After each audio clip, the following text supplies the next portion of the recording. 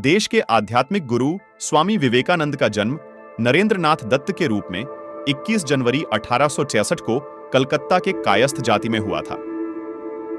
वे एक upper middle class परिवार से ताल्लुक रखते थे।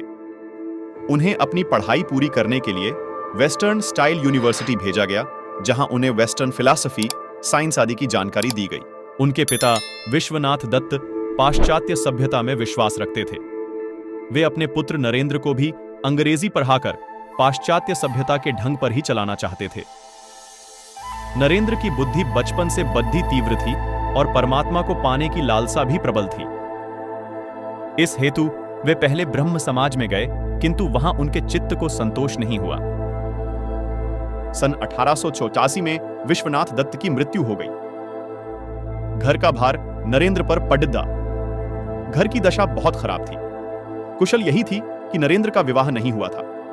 अत्यंत गरीबी में भी नरेंद्र बद्धे अतिथि सेवी थे। स्वयं भूखे रहकर अतिथि को भोजन कराते, स्वयं बाहर वर्षा में रात भर भीगते ठिठुरते पड़े डिढ़े रहते और अतिथि को अपने बिस्तर पर सुला देते। रामकृष्ण परमहंस की प्रशंसा सुनकर नरेंद्र उनके पास पहले तो तर्क करने के विचार से ही गए थे, किंतु परमहंस जी ने देखते ही पहचान लिया कि ये तो वही शिष्य है जिसका उन्हें कई दिनों से इंतजार है।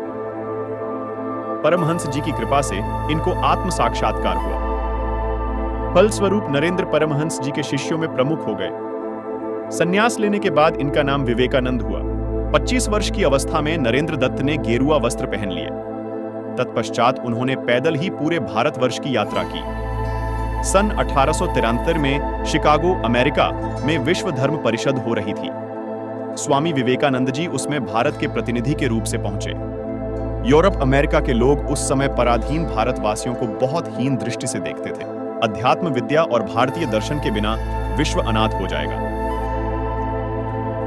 यह स्वामी विवेकानंद जी का दृढ़ विश्वास था।